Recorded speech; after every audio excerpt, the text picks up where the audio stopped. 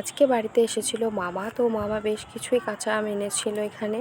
তো আমগুলো আমি ভালো করে ধুয়ে নিলাম, কারণ মা বলেছিল যে আমগুলোর আচার দেবে। তো বোন এখানে মুছে নিচ্ছে ভালো করে, শুকনো শুকনো করে মুছে নেওয়া হয়ে গেছে আমাদের।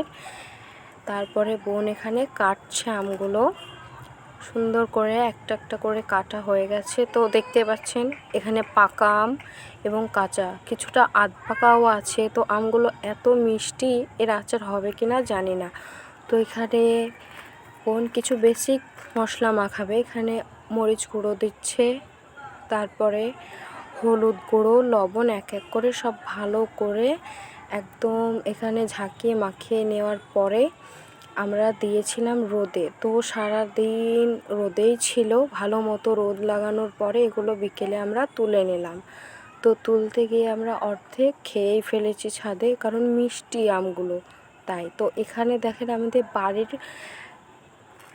সামনের এবং পিছনের ভিউগুলো কতটা সুন্দর, বাড়ির সামনে